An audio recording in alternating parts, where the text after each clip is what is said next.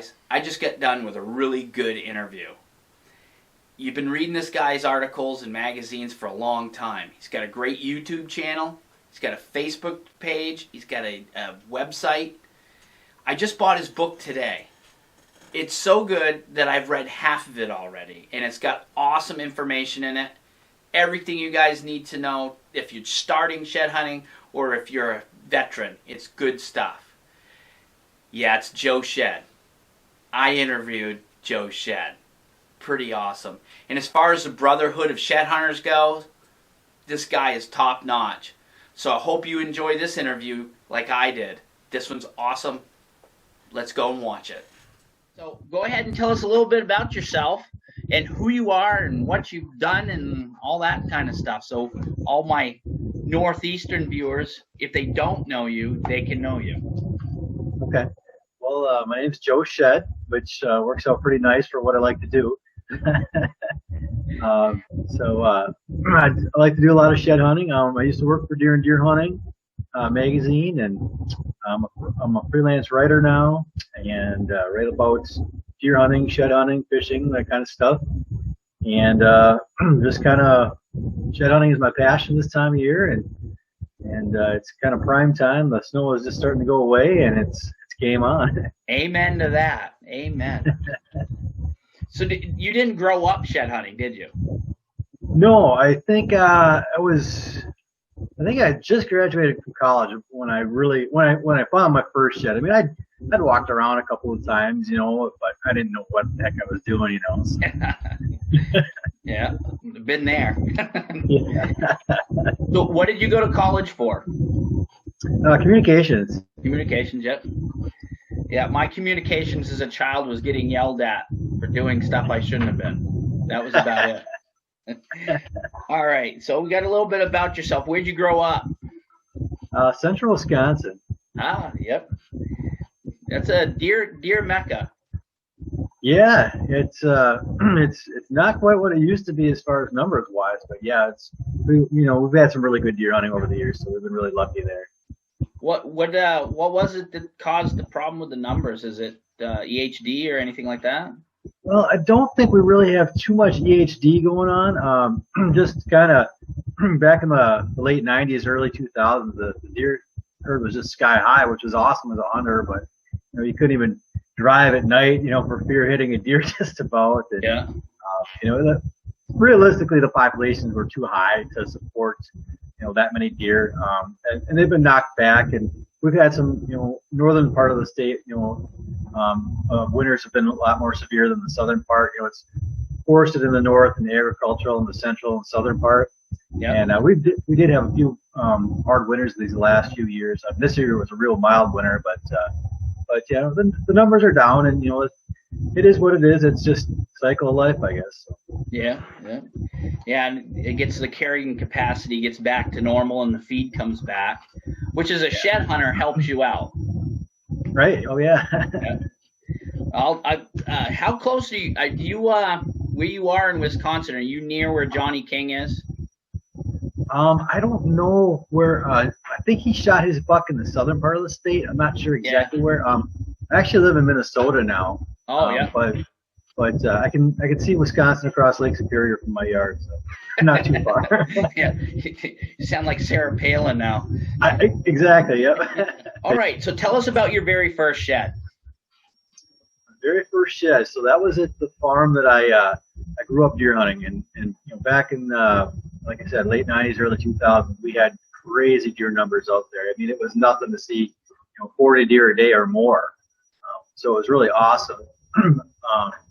And my brother, he wasn't old enough to drive yet, so he was turkey hunting, and so he had to get dropped off and picked up at the farm. And just by dumb luck, he happened to find a shed that morning, and so that got me all fired up. And one of my buddies in college had found some sheds that spring, and so it was kind of, it's starting to kind of be something I was getting interested in. Seeing those antlers, it was kind of like, this could really happen. It's not just this myth that deer shed antlers. It's like you could actually go out and find them.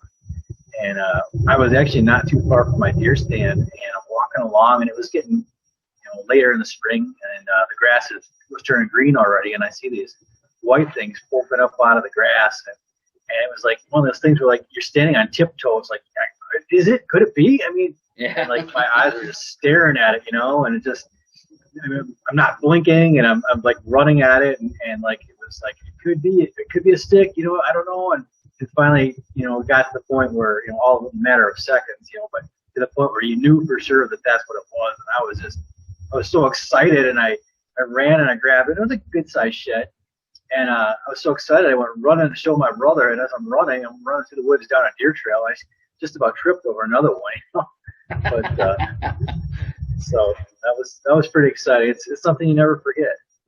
Best year, let's see. Best year for whitetail and moose sheds for you. What was the best year you've had so far? Oh, let's see. Well, so that's kind of a tricky question to answer. I think the best year I've had for whitetail sheds locally, I found 50. And I don't expect to ever do that again around here. Yeah. I got into a pocket that year that apparently nobody had ever been in.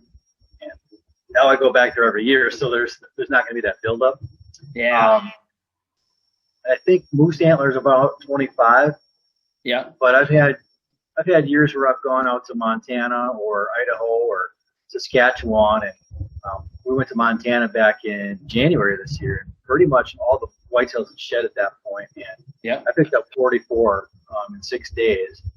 And wow. Our group of 4 people had about 180 sheds. So it's just something that's just not possible around home. There's a lot more gear, and the sheds are kind of easy to find out there too. There's not a lot of cover. Yeah, so they're basically in river bottoms along in that stuff. Exactly. I think I saw that video. So yeah. So and I was jealous because our deer at the time that video came out, they hadn't really started dropping yet. And right. That's about the time of year everybody starts watching. Right about January, everybody starts watching shed videos and getting crazy. So that was it's maddening because you'll see somebody that posts on Facebook or something. They found a shed. It's like, and you looking around and you can see the deer in your area are still carrying antlers, and it's like you can't find them if they're not dropping yet. There's nothing you can do. No. You get cabin fever so bad. Oh, so how many states have you shed hunted in? I think, I don't know, 7 or 8. I've been, out west, so Midwest, and some of the western states. Alaska, I found some moose and caribou sheds. I went deer hunting one time in Alabama, and the hunting was really slow. And the last day, I jumped out of the stand an hour before they were going to come and pick me up, and I had to go find a shed while I was waiting. So that was kind of fun. just to prove that there were deer there. Yeah, it was actually a drop time shed, which was really cool. Oh man, that's on my bucket list. I've never found an actual drop tine shed. Above my head here, there's a drop tine deadhead that well, it's a long story. You can see the video if you go and watch it. Anyways, let's see. So, do you shed hunt now? Do you shed hunt to gain knowledge on specific deer, or are you just shed hunting? For the most part, I'm just shed hunting. A lot of the places I look, I'll never deer hunt. It's just I just like to go find them, and it's just a thrill to me. I honestly had never actually found a shed from a deer that I had on trail camera until last year. I have found sheds off of moose that I have on trail camera. But, for the most part, I'm just shed hunting to find sheds. Yep, nothing wrong with that. That's primarily what most of the ones I have are.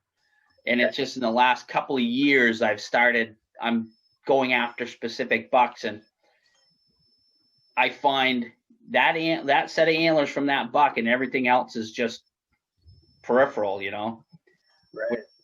Bad. So what, like an average year, what do you get for sheds, you think? Like just an average year? An average year, I'll find probably 25 or 30 whitetail sheds, and maybe 15 to 20 moose sheds. If I just stick around home, and if I travel, do some trips, I might find a bunch more. I think the best year I ever had, I was out in Montana, and I did Montana, Idaho, and Illinois that year, and I think I found like right at 150. Oh, that's not bad. It's like the kid that I interviewed the other day, the young guy.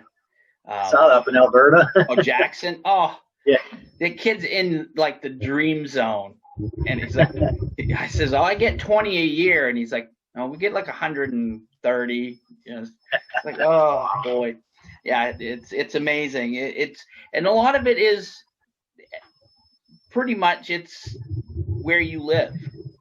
Mm-hmm. So yeah, if you go to Ohio or say some of these guys, Kansas, for instance, they seem to find a heck of a lot more sheds there than you and I are pretty much in this, we're right around the 45th parallel. We don't find as many as far as going out in a day and finding 20 sheds in a day. We're not going to do that. Yeah. It depends a lot on, where you're at. I mean, if you're in a forested area versus agricultural area, I mean, the forest just won't support as many deer. And I think they become a little bit harder to find when they're behind trees rather than, if they're out in the open. Mm-hmm. And, public versus private. And I just did a Facebook post about this a couple of days ago, about what's realistic for your area. It's easy to look on Facebook or YouTube and become jealous of people that find all these sheds. And it's just not realistic. And for me personally, around home, any day I can go out and find one shed, that's been a really good day. Absolutely. And I can go to Montana and I can pick up 15 sheds in a day, but that one shed I find locally means more to me than those finding a bunch of sheds from a deer that I'll never even see. I agree. It's just all kind of you got to play the hand that you're dealt and not be concerned about everybody else. It's all perspective. Mm-hmm. Yeah. For moose, if you had to go out and you had to pick one, which is easier? What's easier, moose or deer? Ooh, well, it's not apples to apples, that's for sure. I don't know. I mean, we don't have a great number of moose, which makes it a little tricky. We have pockets that have a lot of moose, but we don't have a whole lot of moose. I think the state of Minnesota has they fly an aerial survey every year and count them. They didn't do it this year because of COVID, but I think they're saying we have about 3,500, 4,000 moose. And they're basically just, constrained in 3 counties in the northeastern part of the state, which narrows it down, but it's still a lot of country. I certainly love finding moose antlers more. There's just something about these great big brown paddles, which is just awesome. That just, I still love picking up deer sheds, but it's just not the same. But as far as the difficulty factor, I don't know. I guess moose is probably harder for me just because we have fewer of them. All right. Yeah, because you guys are out there. You're about the same as we are in New Hampshire. We're somewhere between 4,000, 5,000 moose. Now, have you ever shed hunted in Maine for moose? Not yet. That's definitely on my bucket list. Ooh, that's definitely the place around here to go. I can't remember what the exact number is, but I'm thinking it's around 25,000 moose or some stinking thing like that. It's an amazing amount of moose. Of course, Maine's a big state, so. Right. Let's see. Okay, so here's a good question. I think a lot of beginning guys need to know this is throughout the season let's say from December until springtime when we start going, February, March, how important is it to keep track of weather patterns and what the mass crop or food crop was the year before for people? Well, that's a good question. I guess I personally don't pay a whole lot of attention to that. I mean, every year people say, "Oh, it's cold this year," and we got a lot of snow this year, and they're dropping early, and there may be some truth to that, but I'm not sure. And I guess deer get obviously it makes sense that if deer are more stressed, that they would shed earlier. I mean, I get that, but I don't know how much there is to it and how much they vary from year to year.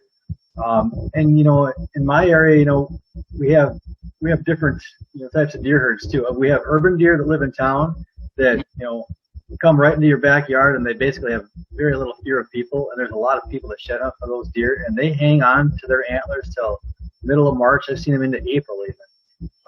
And then we have the deer that are more wild deer that are afraid of people that and those ones I think they tend to drop earlier.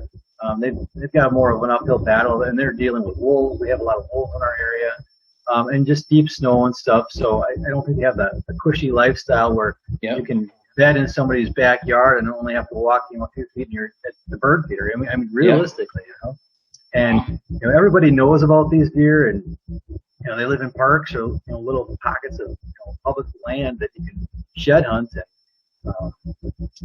So everybody's kind of following these deer around, and I don't feel too bad about it because they're so used to people. They don't really run from you.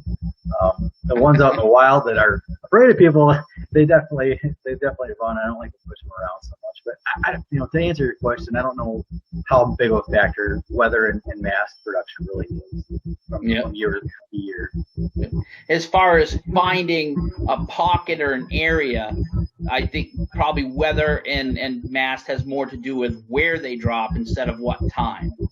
Yeah, and snow makes a difference too. I mean, in years where we have heavy snowfalls, those deer will just stay on the trails.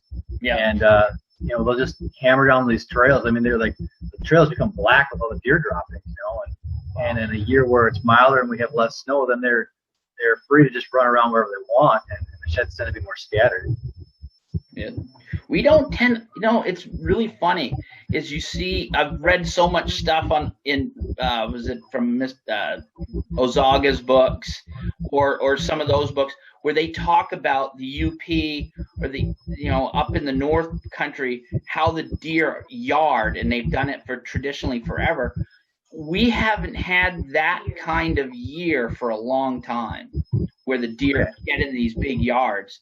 They kind of congregate in places, but it's not like a big yard in a cedar swamp or in a hemlock area.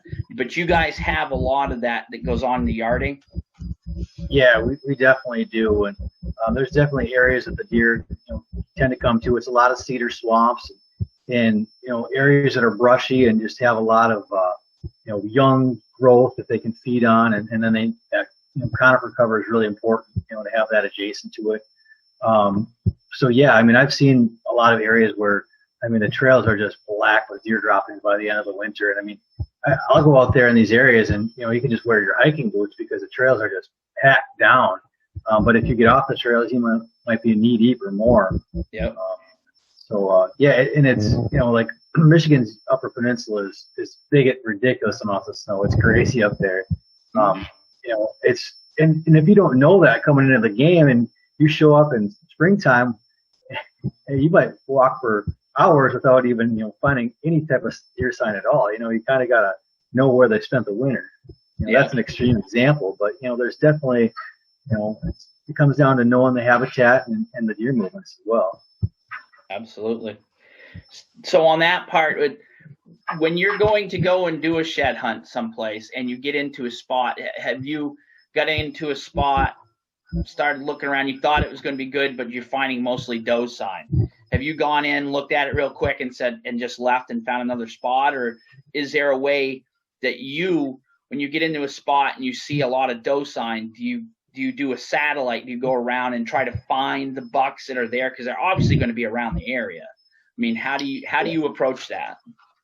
Well, I really don't look at it that way. I haven't really, and maybe I'm just not good enough of a woodsman to determine. I mean, I know that you can tell a doe sign, with a single hole burned in the snow or whatever when they urinate and that kind of stuff. But I think for the most part, the bucks will be, maybe if not right with them, but pretty close in with them. I've never really been deterred, and said, this is a doe spot, let's get out of here. It comes down to more of a sign factor. If I go in there and I expected to see a lot more deer sign and I don't, or it looks old, like stuff from like the fall rather than over the winter, I mean, I might leave in a situation like that. But I really haven't said, hey, this looks like a doe spot, this looks like a buck spot, but they certainly, bucks will certainly congregate together, and it's not unusual. You do find one shed to find sheds from other bucks. I think they do kind of hang out in bachelor groups to some extent. And again, it kind of depends on the habitat.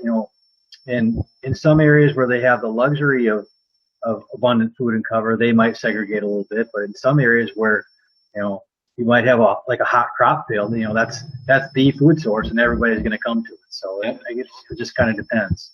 Yeah. So we don't have much ag at all, and what we do have is going to be cow corn, and they chop it up and they don't leave a whole lot. So yeah, for us it's acorns or apples, okay. and that's usually biannual. So you'll always have that 1 year that they're wandering everywhere, and I hate those years.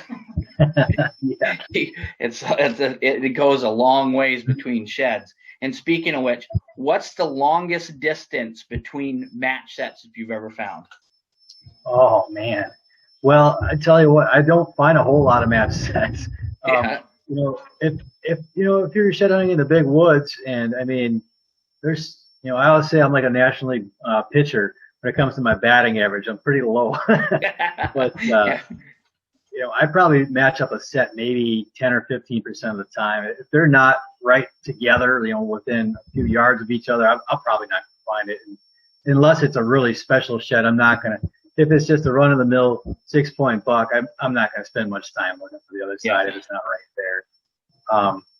But I honestly couldn't tell you what's the furthest distance. I know I've talked to people that have found them, you know, a couple miles apart, but they can put on a lot of miles if, you know, it comes down to how much they're traveling and you know, the distance, you know, or the time between when they shed. I mean, usually they'll drop within a day or two of each other, but you know, there's been documented cases where a buck shed an antler and carried the other side for a whole month after that. Yeah. Then good luck. I had the big buck that I shot this year. He dropped his last year on the first one on January 4th. I finally picked up his second one and we had him on camera every night carrying that thing for a week. Oh yeah. Finally picked it up the next week, and it was about a mile away. Wow. And that was him coming to the apple orchard every night and then going back up the hill. So, but it was a mile away where he was bedding from where he was coming, which was pretty awesome. Oh, that's really crazy. Yeah. And I learned a lot about him just between here and there. Right. I mean, he's a fat, lazy buck. There weren't no doubt about it. He was a fat, lazy homeboy. So, what plays a more important role for you when you're looking for sheds, feeding or bedding? I'm all about bedding because where I live, we just don't have a lot of defined food sources. Mm-hmm. You know, the stuff that I'm looking in is predominantly it's going to be conifer forest or maybe aspen. Mm-hmm. So the food is less defined. They're just going to be browsing on some brush here and there, or maybe some cedar branches if they can find them, or balsam branches. But to be able to say, hey, you know, this is a feeding spot, you know, it's just hard to pinpoint. Whereas bedding, you know, I'm always keen on the bedding areas, you know, the south slopes, you know, the high spots, stuff like that. And you know, that's basically how I shed hunt. And you know, when I've been into other areas too, agricultural areas or out west or something, I'm always a bed oriented shed hunter, and I've always said that, and I've always known that. Yeah. But it's kind of interesting because it's pretty universal. I mean, shed hunting the way I shed hunt, looking for beds, is I found sheds everywhere. Every region I've looked for them, you know, shed hunting that way. Yeah. But I'm certain in other areas you would be more productive, you know, keying in on food sources or water holes or whatever like that. Yeah, I've always found, like with acorns, what makes oaks so nice to me is during the daytime they're bedding right there, and then they're eating. They're digging it up and they're eating. Even if you have foot deep snow, that's where they are. So if I've got acorns, I don't bother with a whole lot else until green ups come, and then I'll get into the pines and stuff. But yeah, I can see. Where you are, do you have a lot of what's your terrain like? Is it really mountainous, hilly, or are you pretty flat? We do have some hilly terrain. We do have some flat terrain. It's a little bit of mix, you know, and you know, obviously the hills are good. Then, you know, the snow melts off on the south slopes and stuff. But even in the flat terrain where like you're in a swamp or something, you'll find like a little 3-foot ridge that's, you know, 3 feet higher than everything else, and they'll absolutely bed right on that. You know, it's just kind of interesting. Yeah, it is. I always look for the high spots, especially in any of those bedding areas. That seems to be the number one factor for me, anyways. Yeah. Let's see. We're going to turn our page here. I made the mistake of last week not writing down enough questions and having to make stuff up as I went. Let's see. So the side-by-side sets I got written down here compared to singles, you've already answered that. You said you find way more singles than the side-by-side set. Definitely. Why do you, I mean, I know science still hasn't given us a good reason why that is. And it's, I think, like you said, it comes down, I was reading your book, but it does come down to the individual deer. What's the biggest mistakes that people make when they shed hunt that you see? I think the biggest mistake people make is shed hunting where I've already been. Yeah, that's true. Yeah. Well, a few things, I mean, the biggest one, and it's so simple, but you got to keep your eyes on the ground. And it's so funny because when I start deer hunting every fall, I'm looking at the ground instead of 3 feet off the ground. Yeah. And every shed hunting season, I start out looking 3 feet off the ground at deer level instead of on the ground. And it's so easy to lose focus. And I'll say it's like if you're reading a book and all of a sudden you read a chapter and you get through it, but then all of a sudden you realize that you don't remember anything you just read. I mean, you were just going through the motions. We just went through that. Yeah. Yeah. Yeah. No, so yeah, exactly. And you kind of have to concentrate on it. And there's been so many times where you're just walking through the woods, you're scanning back and forth, and all of a sudden you're like, wait a second, you shake your head and you kind of blink and you're like, wait, what did I just see? And you look back and it was an antler, and it just kind of jars in your memory. And if you're not focused, if you're not thinking about it, and if you're just walking through the woods, I mean, it's you can walk right past them. I mean, even if you're trying, you can step on them or walk right past them. I've been in spots where I was looking for the match, and I was shed hunting right before dark, and I ran out of daylight, and I come back the next day looking for the match, and I find a shed with my footprint like 2 feet from it, and I stepped right over it and just didn't see it. They're so easy to miss. So that's paying attention to what you're doing and looking at the ground, and I always say walking too fast. My friend Dan that I go out west with, he walks faster than I do, and he says people tell him that he walks slow. But for me, it's like I have to walk slow enough that my eyes can pick apart what I'm seeing. I have to be able to, you can walk faster physically, but your brain has to have the time to, digest what you're seeing. And that's kind of what I always, impart on people is, your speed is dictated by your eyes and how well you can see what you're seeing. Mm-hmm. Exactly. And so do you go about it as like a still hunt? I mean, yeah, I know yeah. I'm slower than death. I mean, I'll take 3 steps and I stop and I look at everything and then I look behind me again. So that's how I do it. And I've got friends who can see young guys. Some of the young guys I shed hunt with can move right along fairly quick and pick stuff up. As I get older, I find I can't do it like that anymore. I have to be slow. And it may be an age thing. I mean, because I'm pretty sure you and I are not spring chickens anymore. No. Another thing, too, is I walk faster when there's snow on the ground because you're either going to see them sticking out or you're not. Once the ground is bare, every stick, every branch, every corn stalk, I mean, everything looks like an antler. And then I slow way down so that I can kind of separate the grain from the chaff. Yeah. Well, I guess that's by design. The Almighty made those antlers look like sticks to help hide them. Right. So that's probably part of the whole problem. But here's one. This is not antler related, and I do this to everybody. Is what is the largest channel cat you've ever caught? Oh man, probably about 20 inches. I could probably count on both my hands how many catfish I've caught in my life. Wow, that's a shame. How about you? My biggest one is 37 inches long and weighed 14 pounds. It was a male that was all spawned out, so he would have been a lot heavier, I think, if he had had some food in his belly. But we just got catfish here in the state of New Hampshire within the last 10 years, and they've exploded. And to me, I think that it's the greatest game fish you could ever have. It grows huge, it fights like a monster, and they're fun to catch. and they're pretty relaxing to catch while you're sitting on the bank doing nothing but waiting. So it's just, that's, I don't know. I just like them. What's your favorite freshwater fish to catch? Oh man, I love fishing for everything. That's a good question. I guess if I had to pick one, it'd probably be coho salmon, just because I love to eat them so much. Yeah. We have cohos in Lake Superior, and our cohos don't get very big at all because Lake Superior is so sterile. There's just not a lot of food out there. I mean, our cohos are, generally in the spring they're like 16 inches. By the fall, they might be like 20 or 22. But I could eat those things every day. Oh, there you go. What's your favorite state to fish in that you fished in? If you could pick one. I mean, Alaska is awesome because it's got the salmon fishery and the ocean.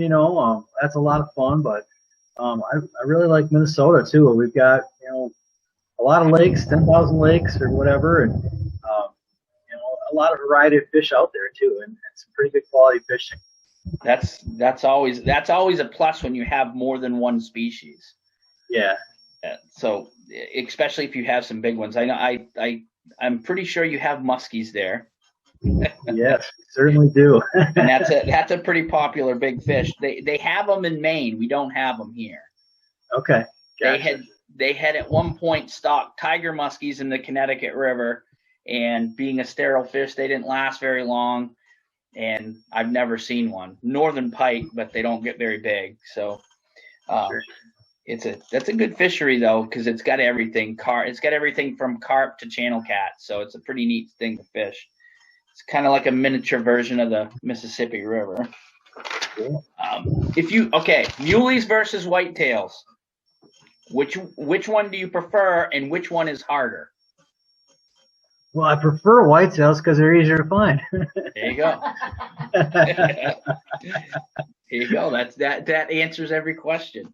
I know you have shed hunted for muleys. Yep.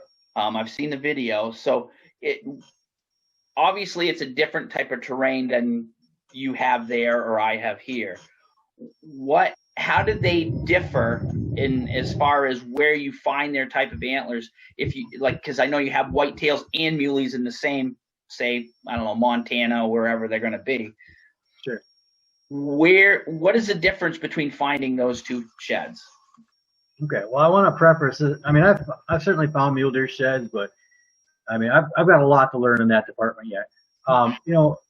In Montana, when we were just out there, it was the spring. It was pretty easy for whitetails. I mean, they're down the river bottoms because it's arid out there. There's not a lot of cover. I mean, the only cover there is the trees that grow along the river. So it's kind of pretty easy to here's the field where they're spreading the hay for their cattle, and here's the river bottoms with the trees, and you can kind of connect the dots. This is where they're eating, and this is where they're bedding. So it's pretty easy. And like I said, there's not a lot of covers, so the sheds are comparatively easy to find. I mean, it's never easy, but it's fairly simple.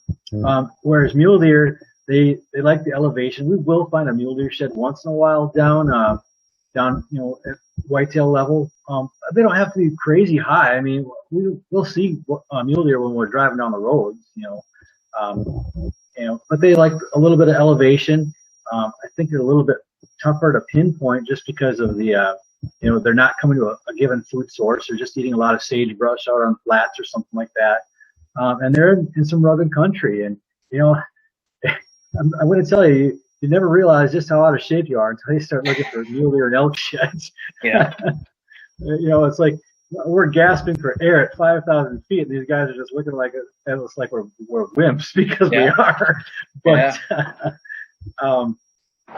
so with muleys, it's, to find a mule deer shed on a sage flat, I mean, these can be pretty vast areas. So a lot of times I'm thinking about where they're bedding, or a place that they're jumping, like a dry creek bed or something like that, where they might be jumping a little bit. Otherwise, I'm looking at bedding areas, and they are in hilly terrain. So you've got these south slopes. What I was taught was south slopes, higher on the south slopes and lower on the north slopes. And more, even with whitetails, I'm really starting to to look into north slopes more often. I always just looked at the south slope and that's it. But I'm seeing more and more.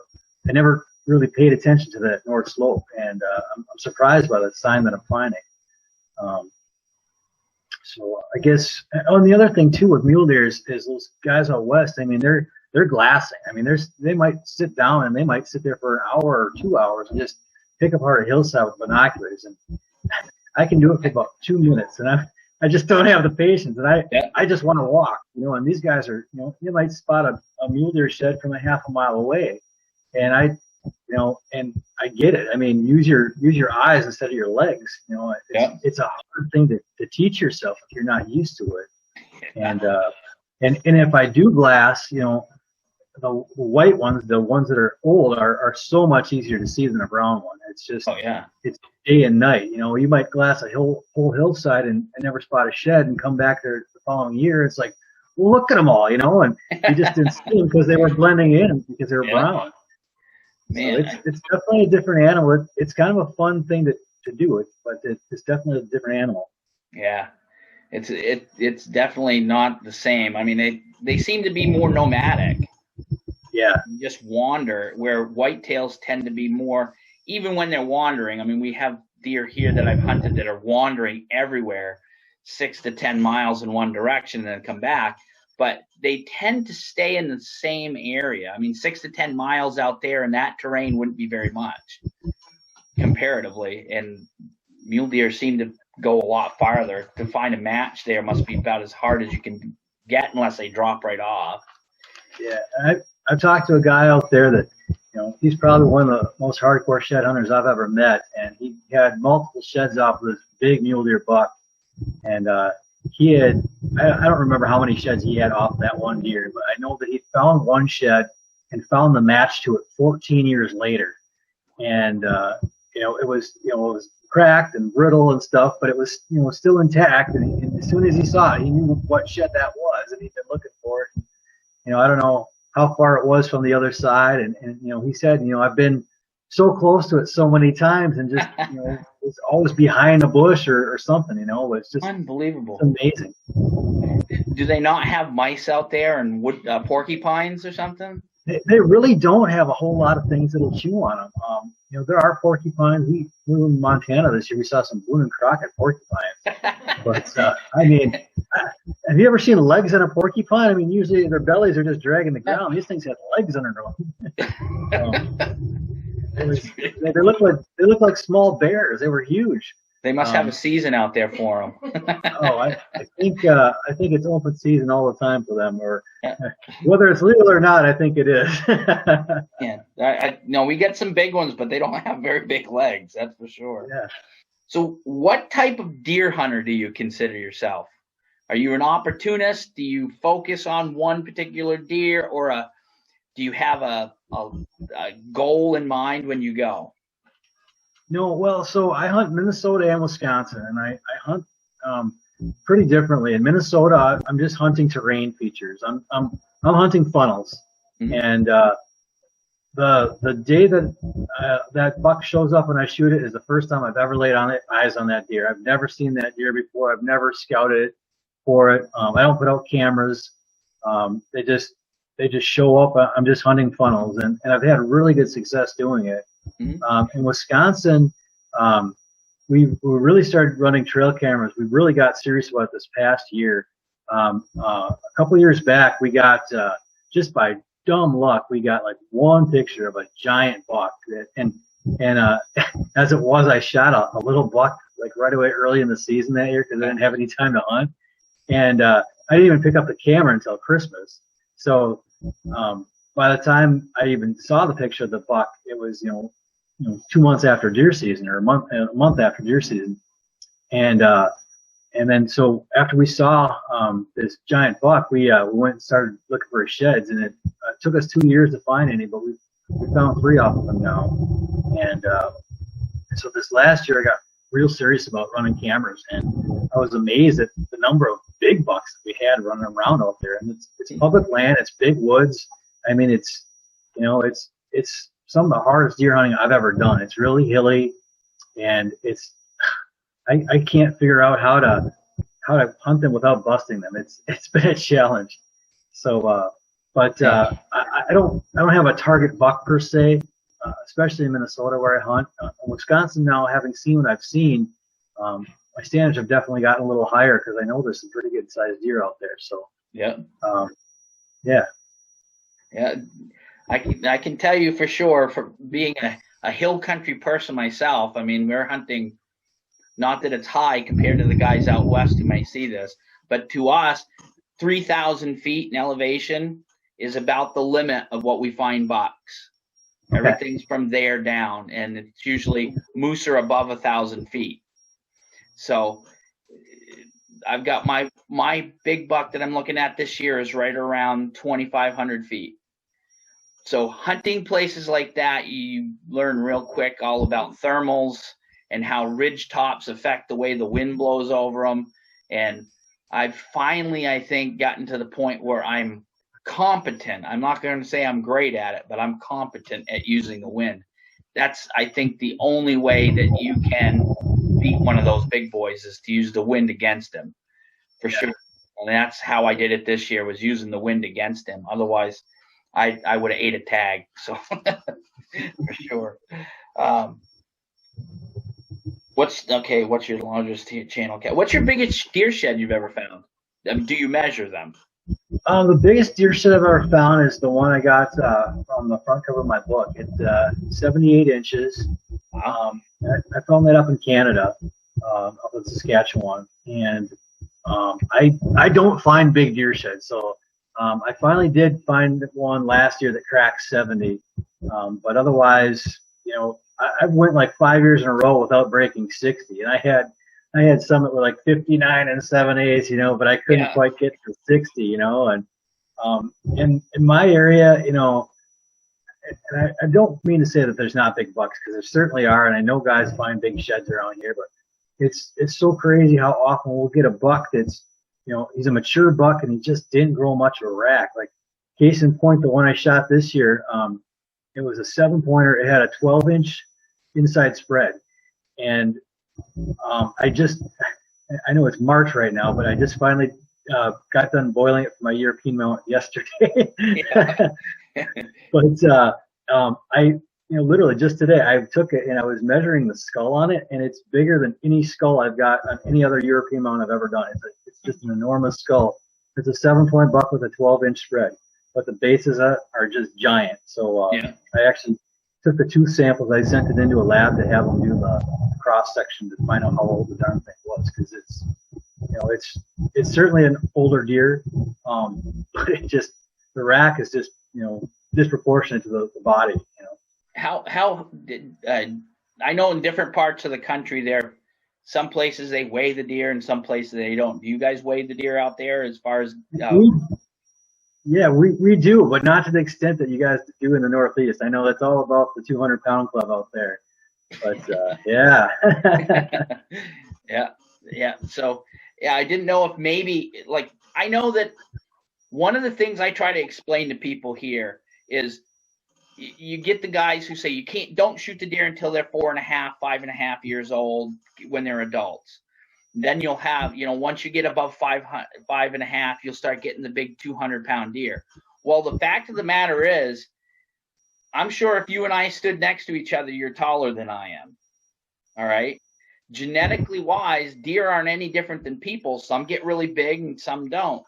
So I've seen deer and I've shot deer that were old, that were only 150 pounds, and that was pre-rut. So I think genetically, different parts, the country deer are different size anyways, because of the subspecies. So, but not only that, just not all deer are equal. Some don't grow as big, and as far as antlers go, I shot a deer that was almost 200 pounds that had a rack like you're talking about, 8-point rack, but didn't have any mass to it. I think it's just all genetics. It depends on how he grew anyways. So, or if you don't have really good soil or you don't have a lot of good food, they're not going to grow big antlers anyways. They're never going to reach that genetic potential, I wouldn't imagine. But what difference does it make? You got venison in the freezer. Exactly. You know, and it's so interesting. It's so easy for somebody to look at an antler and say, oh, that's a 2-year-old. You know, and it's like I found case in point. I found a shed off of this buck a few years back. Wow, geez, time flies. It was like 10 years ago now. But I found a shed off this buck, and in the same day, this is the year that I found the spot that nobody had been in. And the same day, I found another shed off of him.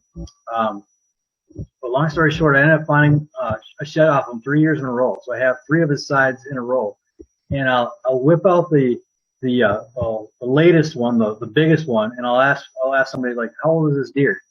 And a lot of times they'll say 2 years old, maybe 3 years old, and then I'll get the one from before. I'm like, well, how old is he here? And then I'll pick up the first one, and the size difference between all 3 years is just minuscule. I mean, I think the biggest shed off him, he's maybe 55 inches on the side. You know, he's at least 4 years old, if not more, and it's just he just never grew. He was a 10-pointer, but he just never grew a big rack, and it's just, you know, and like food and genetics, you know, I mean, a mature deer in our area might just not have a big rack, whereas somebody, you know, a deer down in Illinois or Iowa where they have a lot of food and great genetics, I mean, it might be a monster. It's just amazing the regional differences. Absolutely. Yeah, it's like watching some of these deer you see on the deer farms, you know, when you watch the high road or something, and he'll show a deer. This was one of our greatest 2-year-olds, and he's got a bigger rack than any of the old deer I've ever shot. And you think 2-year-old, it's crazy. So I kind of want to like do kind of a kind of like a speed round thing, just to ask a couple of questions. Gun or bow? Gun. I can't shoot a bow. I can't aim a bow to save my life. Would you rather hunt from the ground or a tree stand? I would have said tree stand a few years ago, but I'm thinking ground now. All right. Bait or no bait? No bait. No bait. Snow or no snow? Definitely snow. All right. What's your dream shed hunt? Dream shed hunt would be to go up to Alaska, have a pilot take me out in a bush plane, and when I see caribou antlers as far as I can see, tell them to put me down and pick me up in a week. There you go. And if there's moose antlers there too, so much the better. Do you have a bucket list hunt that you want to go on? Is there's some place in the world that can, not just in America, anywhere that you'd like to go? You know, I don't really have a bucket list hunt right now. I've gone caribou hunting in Alaska, and I really had a lot of fun doing that. And I said that I was going to go back, you know, right away the next year. And 10 years have gone by now, and it hasn't happened yet. So I'd like to do that again. There you go. How about what's the best venison? What species venison? Moose, caribou, deer? What's your favorite? Hands down, caribou pre-rut. I'm not even kidding. If you get them when they're rutting up, they're pretty much unpalatable. But if you get them pre-rut, they are fantastic. See, now a lot of guys will tell me elk, but I guess those are the people who've never caribou hunted. There's something about that lichen that just makes it taste good. Yeah. Oh, I know. Here's a question for you. I went over this the other day. People making shed antler traps. Okay. What is your thoughts on them? Do they? I mean, obviously they must work somewhat, but how do you feel about shed antler traps? I guess, you know, I don't personally use them.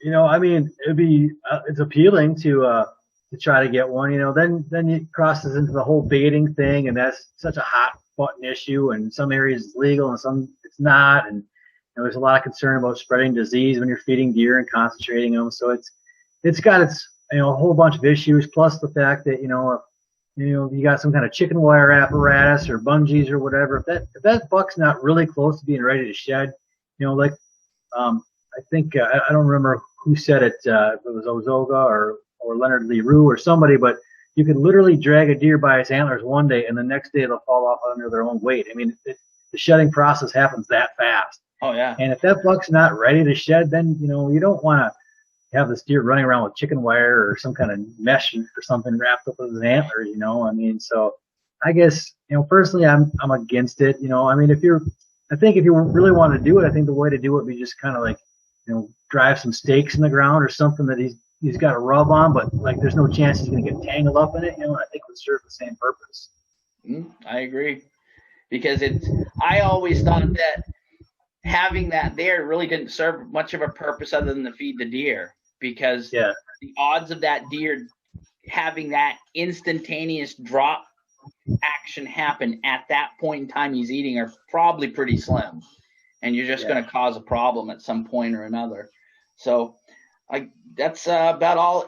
Other than tell us how guys can find you and look you up and watch some of your videos and get any information from you. Okay, well, I got a few different things going on. I've got a YouTube channel called Joe Shead Outdoors, and I've got a Facebook page called GoSheadHunting.com, and I provide tips and stuff like that on there, and have people show off their antlers and stuff like that. And I've got my website is GoSheadHunting.com, and that's where you can buy my book and all that kind of fun stuff. I wish I had that sound effect for the money. But and you're editing for another magazine now? No, I'm just freelance writing these days. Freelancing? Yeah. I think all right. Cool. Anything else you want to touch on? Is there anything coming up as far as freelance writing anything that people can look for? I've got I've got some articles in the deer and deer hunting that I'm waiting for those to come out, but I'm doing a special project. I'm putting together a book on whitetail hunting that should come out this fall. It's just kind of a compilation of good stories on some of our hunting stories. Just kind of how it happened, how I shot this buck or that. Some of them are more kind of introspective, kind of mood pieces, kind of like flowery, deep thinking type of stuff, which I do a lot of on the deer stand when the deer aren't moving. Yeah, I agree. Well, that sounds like good. Is there a time frame on that, or is that still a work in progress? It's pretty much done as far as the writing. I just got to kind of put it together. So I think I'm going to try to launch it, right around deer season, October, November this coming fall. Yeah. Well, it's funny that you mentioned writing a book, because I'm writing one myself, and then I read your book and I says, I'm going to have to rewrite stuff because it's already here. So I don't know what I'm going to do. I'm going to have to write something about Bigfoot or something. I don't know. What are you writing on? It's Shed Hunting the Northeast. Okay. And the working title is Shed Hunting the Northeast and Bucks That I Have Known. Cool. Because where I shed hunt, basically I'm shed hunting for specific deer.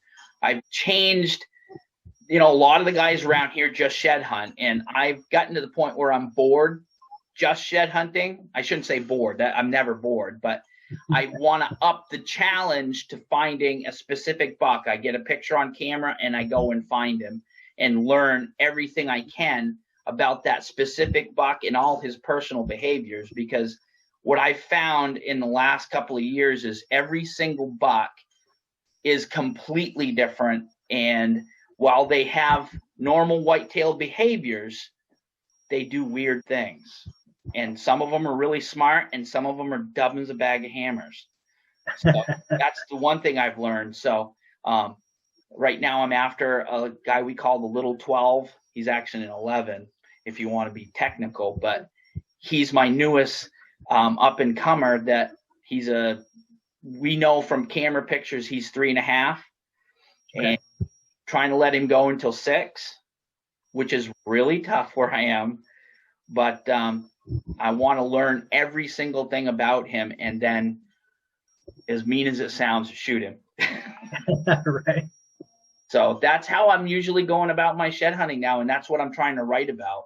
But I also have the chapters like you do about the scientific part of how they drop and why they drop, and sunlight and pituitary, that whole mess, and then go on to how to do it. So I may have to.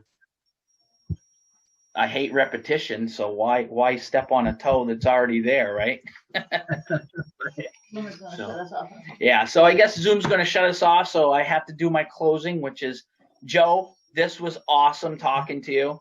I've read about you for years, read your articles, got your book.